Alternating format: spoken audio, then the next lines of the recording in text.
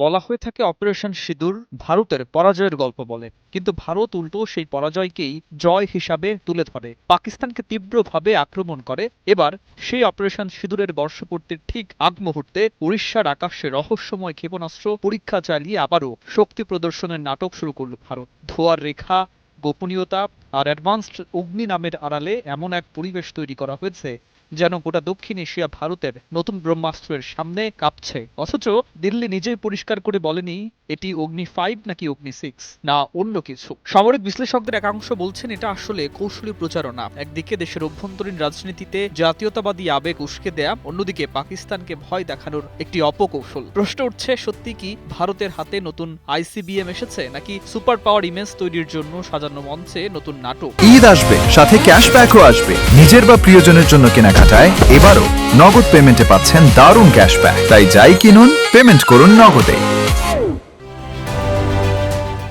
ভারতের প্রতিরক্ষা কৌশলে পাকিস্তানকে কেন্দ্র করে মনস্তাত্ত্বিক চাপ তৈরির ইতিহাস নতুন নয়। পেহেলগাঁও হামলার পর চালানো তথাকথিত অপারেশন সিঁদুরের গল্পও দিল্লি এমনভাবে প্রচার করেছিল যেন পাকিস্তানের সামরিক শক্তি পুরোপুরি ভেঙে পড়েছে। কিন্তু বাস্তবতা হলো ইসলামাবাদ এখনও দক্ষিণ এশিয়ার অন্যতম শক্তিশালী পারমাণবিক শক্তিধর রাষ্ট্র। ভারতের এই নতুন ক্ষেপণাস্ত্র পরীক্ষার সময়ও পাকিস্তানের নাম সরাসরি না বললেও পুরো প্রচারণার কেন্দ্রে রাখা হয়েছে ইসলামাবাদকেই। যেন বার্তা একটাই, দেখো ভারত আরো ভয়ঙ্কর হয়ে গেছে। কিন্তু আন্তর্জাতিক মহলের অনেকেই মনে করছেন এটি মূলত রাজনৈতিক বার্তা, সামরিক বাস্তবতা নয়। কারণ প্রকৃত যুদ্ধক্ষেত্রে শুধু ক্ষেপণাস্ত্র নয়, কৌশল, অর্থনীতি ও জোট রাজনীতিও সমান গুরুত্বপূর্ণ। আর সেই জায়গায় পাকিস্তানকে এত সহজে খাটো করে দেখার সুযোগ নেই। ভারত যদি সত্যি অগ্নি 6 এর মতো আন্তঃমহাদেশীয় ক্ষেপণাস্ত্রের পরীক্ষা চালিয়ে থাকে, তবে সেটি বিশ্বের সামনে স্পষ্টভাবে ঘোষণা করতে দ্বিধা কোথায়? এখানেই তৈরি হচ্ছে সবচেয়ে বড় সন্দেহ। ডিআরডিও চেয়ারম্যানের বক্তব্য, নোটাম জারি, তারপর রহস্যময় পরীক্ষা, সব মিলিয়ে যেন ইচ্ছাকৃত ধোঁয়াশা তৈরি করা হয়েছে। অনেকের মতে এই রহস্য আসলে পরিকল্পিত, কারণ স্পষ্ট তথ্য দিলে প্রযুক্তিগত সীমাবদ্ধতাও সামনে চলে আসতে পারে। ভারতের বহু সামরিক প্রকল্প অতীতে বিলম্ব, অতিরিক্ত খরচ ও ব্যর্থ পরীক্ষার কারণে সমালোচিত হয়েছে। ফলে এবারও অগ্নি 6 নামটি সামনে এনে প্রচারণার ঢেউ তোলা হলেও বাস্তবে সেটি পূর্ণাঙ্গ সক্ষমতায় পৌঁছেছে কিনা তা নিয়ে যথেষ্ট প্রশ্ন রয়েছে।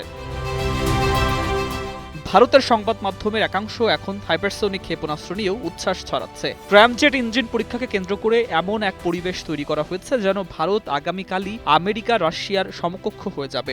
অথচ বাস্তবে হাইপারসোনিক প্রযুক্তি বিশ্বের সবচেয়ে জটিল সামরিক প্রযুক্তিগুলোর একটি। শুধু পরীক্ষাগারে ইঞ্জিন চালাতে পারলেই কার্যকর যুদ্ধাস্ত্র তৈরি করা যায় না। এই প্রযুক্তিতে ধারাবাহিক গতি, নিখুঁত নেভিগেশন ও প্রতিরক্ষা ভেদ করার সক্ষমতা নিশ্চিত করা সবচেয়ে কঠিন বিষয়। সেখানে ভারত এখনও প্রাথমিক ধাপেই রয়েছে বলে মনে করছেন বহু আন্তর্জাতিক বিশেষজ্ঞ। অন্যদিকে পাকিস্তান ইতোমধ্যেই চীনের সঙ্গে ঘনিষ্ঠ সামরিক সহযোগিতার মাধ্যমে নিজেদের প্রতিরক্ষা সক্ষমতা বাড়াচ্ছে। ফলে দিল্লির প্রচারণা যতই উচ্চকিত হোক, বাস্তব শক্তির ভারসাম্য এত সহজে বদলে যাচ্ছে না। সব মিলিয়ে এই ক্ষেপণাস্ত্র পরীক্ষা যতটা সামরিক, তার চেয়েও বেশি রাজনৈতিক বলেই মনে করছেন পর্যবেক্ষকদের একাংশ। দেশের অর্থনৈতিক চাপ, বেকারত্ব, সীমান্ত উত্তেজনা ও আন্তর্জাতিক সমালোচনার মাঝে জাতীয়তাবাদী আবেগ উস্কে দিতে এমন ব্রহ্মাস্ত্র প্রচারণা বিজেপি সরকারের জন্য কার্যকর হাতিয়ার হয়ে উঠতে পারে। News desk, 21 television.